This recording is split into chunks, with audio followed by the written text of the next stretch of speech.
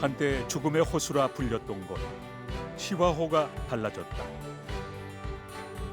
곳곳에서 포착되는 경이로운 생명들. 자연이 살아 숨쉬는 생태계의 보고로 거듭난 시화호의 놀라운 변화. 그 비결을 알아본다. 여의도 면적의 3분의 1, 시화호 상류에 위치한 거대한 인공 갈대습지 공원. 이곳에서 매일 생태를 관찰하는 사람이 있다.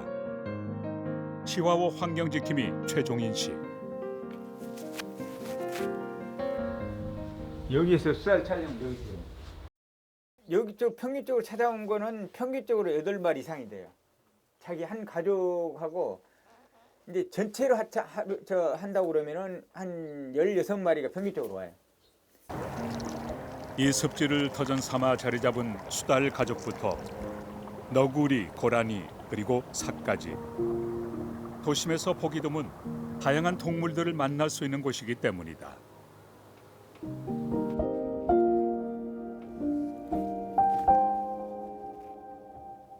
여기에 이제 갈대습지에서 이제 물을 이제 정화를 해서 마지막 나오는 토구예요.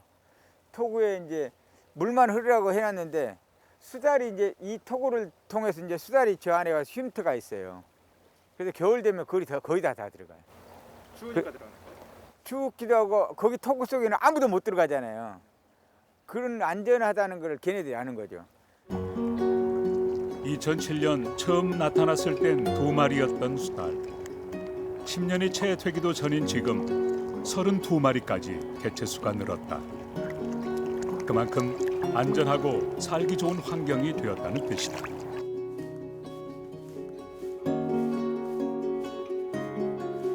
이게 수달 배설물들이 전부 다.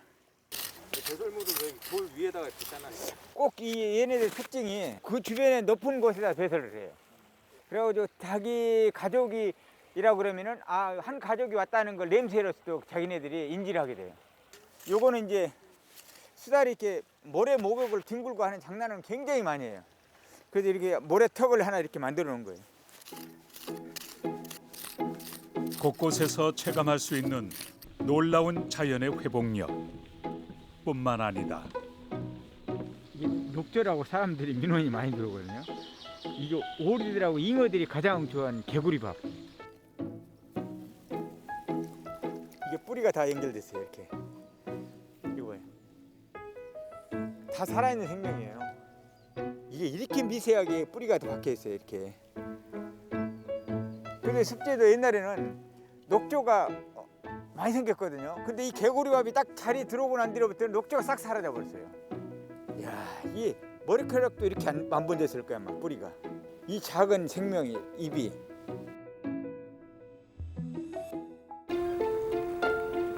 크고 작은 생물들이 살아 숨쉬고 해마다 다양한 철새가 찾아오는 지금 최종인 씨는 이 모든 변화가 기적 같다고 말한다. 시아오는 옛날에는 간장 색깔, 우리가 이 간장 색깔하고 똑같았다. 옛날에 생각하면 상상도 못하죠. 왜냐하면 막 가는 갯골마다 썩은 냄새, 이상한 냄새들이 엄청 악취가 많이 났거든요. 아무도 몰랐었죠. 그동안에는 오염이 됐기 때문에 시아오가 이렇게 살아날 줄 한다고 20년 이상이 걸려야 된다, 뭐 30년이 걸려야 된다 그러는데 그러한 기간을 초월해서 지금 시아오는 어떻게 보면 쉽게 얘기하면 기적을 이뤘다고도 볼 수 있어요. 다시 이제 살아났다. 살아났다는 건 이제 물이 들어온 만큼이 되는 모든 생태계는 자리를 잡고 있다. 100만 제곱미터의 광활한 갈대습지는 시화호로 들어가는 물을 정화하기 위해 한국수자원공사에서 시행한 수질 개선 대책의 하나였다. 30년 전만 해도 시화호는 최악의 수질로 악명 높았기 때문이다. 1987년 오이도에서 대부도까지 이어지는 초대형 방조제 공사가 시작됐다. 목적은 국토 확장과 농업용수 확보를 위한 담수호를 만드는 것. 94년 완공됐고 그 결과는 참담했다. 인공적으로 조성된 거대한 시화호에 하천에서 흘러온 각종 폐수가 쌓이며 생물이 살 수 없는 죽음의 호수가 된 것이다. 오염이 심각했던 시화호를 바닷물이 드나드는 해수호로 유지하기로 하고 기존의 담수화 계획을 백지화했습니다. 수천억 원의 국민 혈세가 들어간 시화호 담수화 사업이 결국 백지화됐습니다. 2001년 바닷물과 호수물이 오갈 수 있는 수문을 만들어 해수 유통을 결정했고 지금에 이르렀다. 지금 바다 쪽에서 보고 계시는데요. 이쪽부터 1호기부터 10호기까지 발전기 10대가 설치가 되어 있고 그 건너편에 수문 8문이 설치가 되어 있습니다. 시화호의 소수 용량은 2억 8,200만 톤인데 또 수문을 통해서 하루에 유통하는 양은 1억 4,700만 톤입니다. 그래서 이틀에 한 번꼴로 시화호의 물이 바닷물과 순환이 되고 있다, 그렇게 보시면 되겠습니다. 밀물이 들어올 땐 수문을 열어 바닷물을 호수로 유입하고 썰물 때는 호수물을 바다로 내보내는 형식. 수문은 하루에 2번 열리게 되고 그 하루 동안 시화호 전체 용량의 절반이 유통되는데 매일 50분씩 달라지는 지구의 자전 주기와 조석 주기의 차이 때문에 수문을 여는 시간은 매일 달라진다.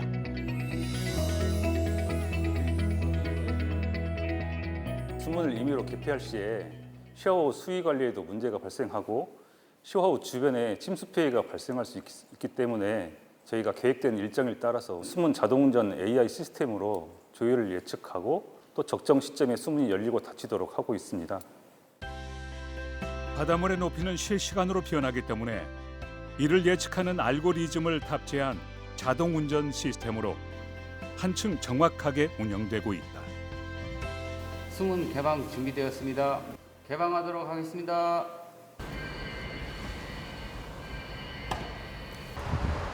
이날 수문 개방 시각은 낮 12시 38분. 경보 방송과 함께 수문이 열린다. 수문을 열거나 이럴 때는 저희가 바다 쪽과 호수 쪽에 경보 방송을 실시를 하고 있습니다. 그래서 경보 방송은 1시간 전, 30분 전, 20분 전, 그다음에 가동 중에 이렇게 해서 저희가 경보 방송으로 외부에 이렇게 알려주고 있습니다. 거대한 물의 흐름으로 바다와 호수의 경계가 열리면 서로의 생태계도 어우러지게 된다. 해수가 유통되는 상황들을 저희가 모니터링할 수 있는 그런 설비가 되겠습니다. 그래서 용존 산소량부터 해가지고 수온 염분까지 저희가 실시간으로 모니터링을 하고 있습니다. 그리고 저희가 이런 데이터들은 바다와 호수 쪽에 설치되어 있는 각종 해양 레이더와 관측 부위, 조이개들을 통해서 저희가 데이터를 받고 이 부분들을 시뮬레이션 해가지고 이렇게 표시를 하고 있습니다. 바닷물과 호수물이 주기적으로 섞이고 있는 시화호. 얼마나 좋아졌을까? 니트킨 채숙이라고 해서 해양 수질하고 그다음에 식물 플랑크톤 할 때 저희 물을 채수할 때 쓰는 장비입니다. 현장에서 온도라든지 뭐 pH라든지 그다음에 염분, 용존산소 농도를 확인할 수 있는 장비입니다. 저희가 뭐 한 달에 한 번 아니면 뭐 분기 뭐 3개월에 한 번씩 저희가 조사를 합니다. 수질의 그 변동, 뭐 수질 현황을 볼 수 있고요. 그리고 뭐 저희가 환경영향 평가부터 지금 사후까지 해서 지금 장기간 이제 모니터링 하고 있거든요. 그래서 그 결과를 뭐 수질이나 퇴적물 그다음에 해양 동식물상의 그 변동이나 뭐 현상을 보고 있습니다. 한국수자원공사에서는 시화호의 생태계를 주기적으로 모니터링하고 있다.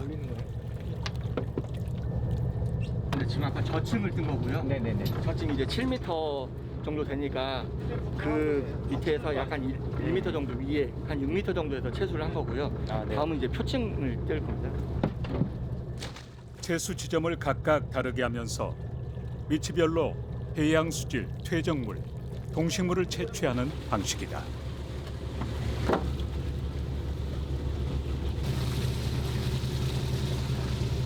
방금 전에 넣은 거는 루골 용액이라고 이제 요 해수에 있는 식물 플랑크톤을 고정시키는 용액입니다. 고정시키고 이제 염색을 시켜가지고 이제 실험실에서 분석할 때 더 용이하게 할 수 있도록 하는 용도입니다.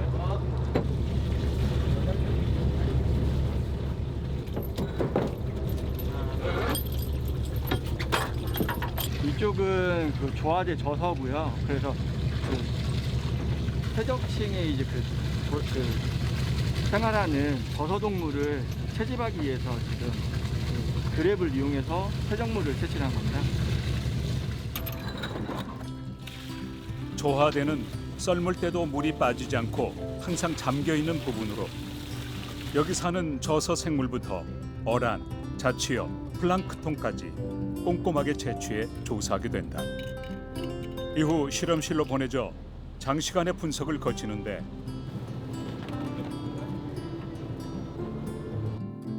그 결과 해수 유통 이전과 비교했을 때 시화호의 수질이 눈에 띄게 좋아졌다는 결과를 얻었다.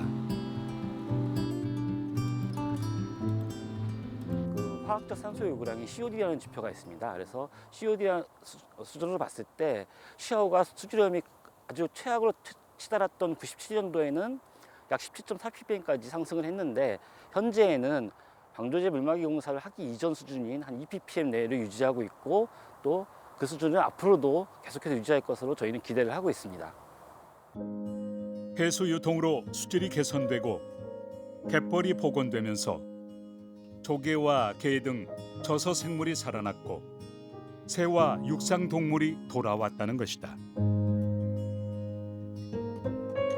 막혀있던 그 방조제가 열리면서 물이 유통되면서 자연스럽게 시화호의 수질도 개선되고 또 더불어서 그 물이 흐름이 생기면서 갯벌 쪽도 살아나고 그 갯벌에 다양한 생물들이 서식하게 되고 또 그런 생물들을 또 먹이원으로 하고 있는 육상의 다양한 생태계가 되살아나면서 일종의 하나의 새로운 생태계가 조성된 상태입니다.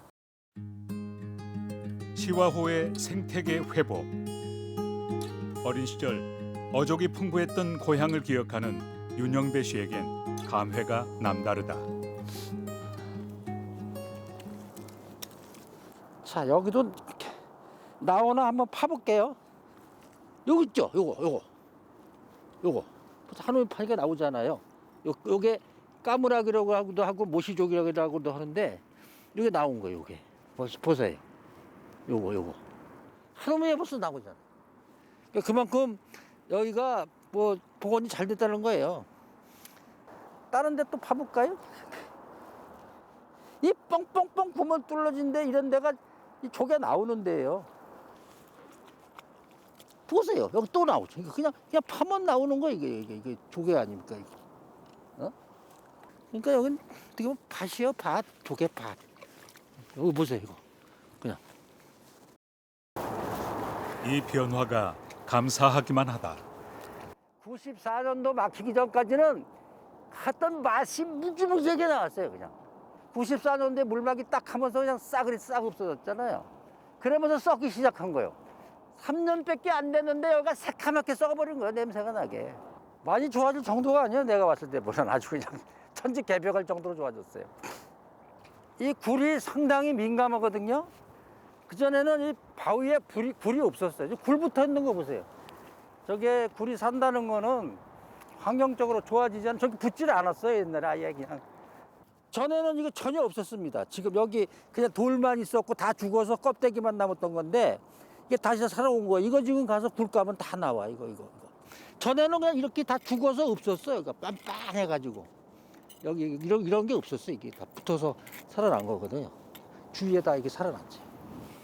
이게 참 아주 이런 거 보면 기분이 좋아요.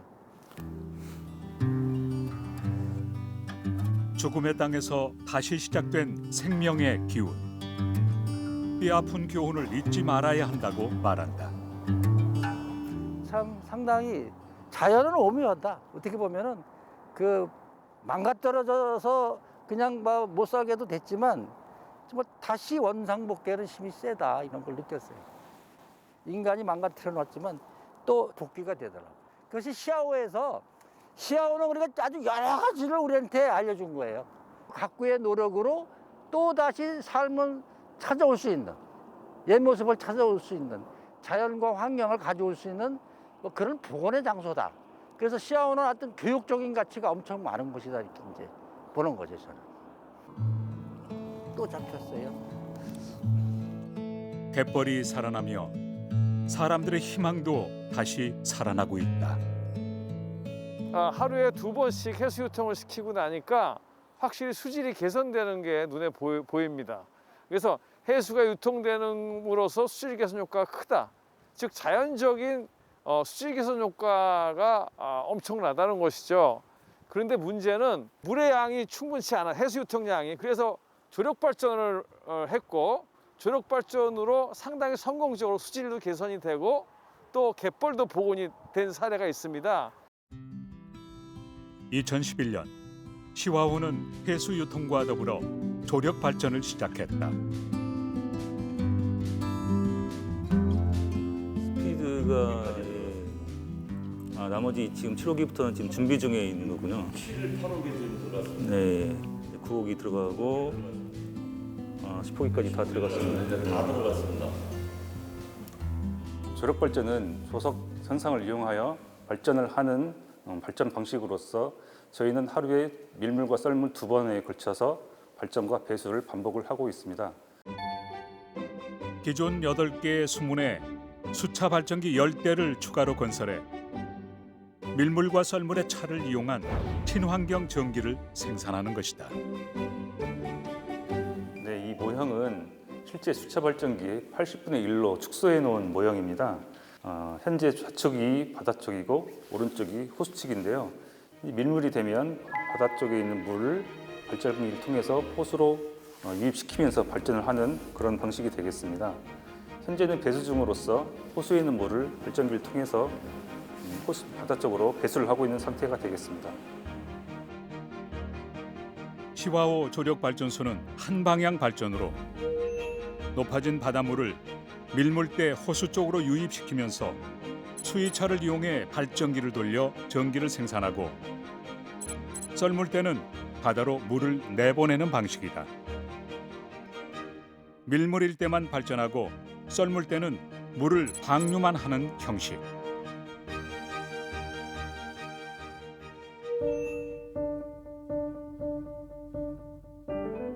열대 발전기가 이상 없이 움직이는지 중앙 제어실에서 꼼꼼한 모니터링이 이루어진다.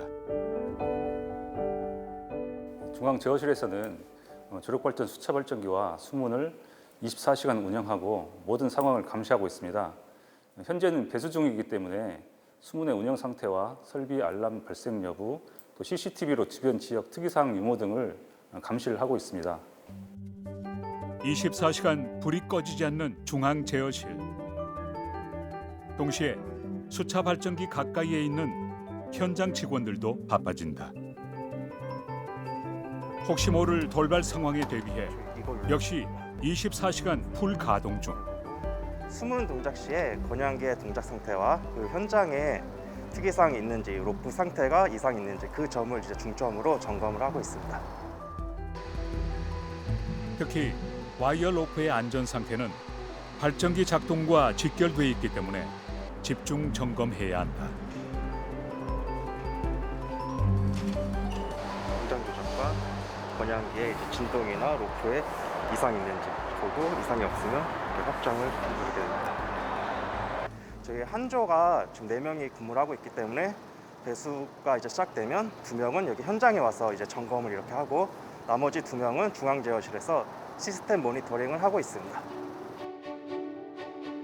매일 자연적으로 일어나는 조수 간만의 차를 이용해 이산화탄소 배출 없이 만드는 친환경 전기 에너지. 시화 조력 발전소는 달과 물의 힘으로 청정 에너지를 만드는 셈이다. 네, 여기가 발전기가 설치되어 있는 발전기실이 되겠습니다. 발전기는 1호기부터 10호기까지 10대가 설치가 되어 있고요.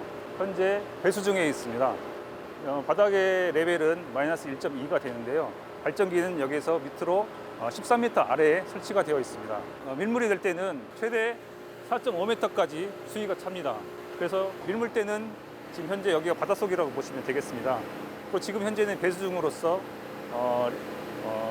해수면 밑으로 마이너스 2m 아래까지 지금 물이 빠져 있는 상태가 되겠습니다. 지금 보시는 구조물이 수차라고 해가지고 바다 쪽 물이 호수 속으로 들어가면서 수차를 돌려주면서 발전을 하게 되는데요. 겉으로 보시는 관로 안에 발전기가 설치가 되어 있습니다. 현재는 호수 쪽에 있는 물을 바다 쪽으로 배수를 하면서 밀물대가 되면 다시 바다 쪽에 있는 물을 호스 쪽으로 밀어 넣으면서 수차를 돌리고 그럼으로 인해서 전기가 생산이 되겠습니다. 하루 2번 최대 9시간 발전하는 수차 발전기는 지름 7.5m로 거대한 크기지만 물고기도 통과할 수 있는 친환경 설비로 상당한 양의 전력을 생산한다.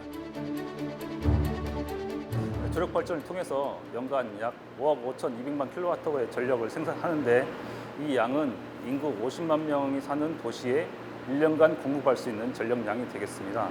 2000cc 경유 자동차를 기준으로 해서 서울에서 강릉까지 약 500만 번을 왕복할 수 있는 유류 대체 효과가 있고요. 또한 그 30년생 잣나무 5천만 고를 식재하는 CO2 저감 효과가 있습니다. 세계 최대 조력 발전소로 우뚝 설 만큼 많은 양의 해수 유통으로 전기 생산, 수질 개선, 생태 복원의 아이콘이 된 시화호. 이 변화를 관심 있게 보는 사람이 있다.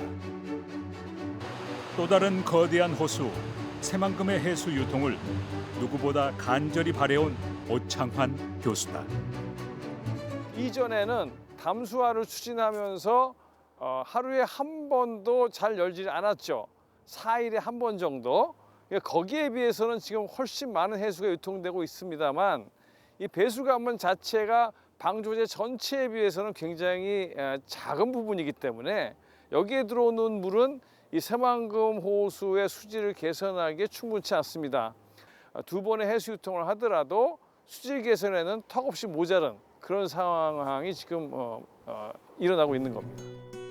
91년부터 새만금 갯벌을 살리기 위해 고군분투한 결과 하루 2번 새만금의 해수를 유통한다는 의미 있는 성과를 만들어내게 되었고 그 이후 오창환 전북대 교수님 축하드립니다.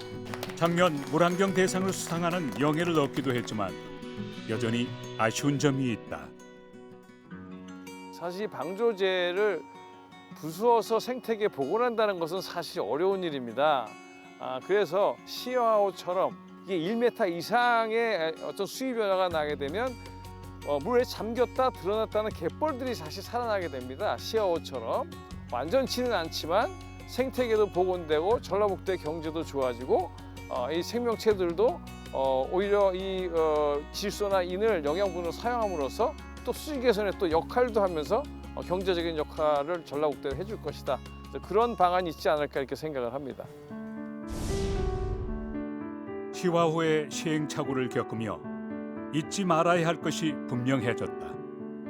물은 흘러야 한다는 것. 물이 통해야 생명이 통하고 자연이 살아나고 내일을 꿈꿀 수 있다는 것. 무엇보다 그래야만 사람도 살아갈 수 있다는 것이다.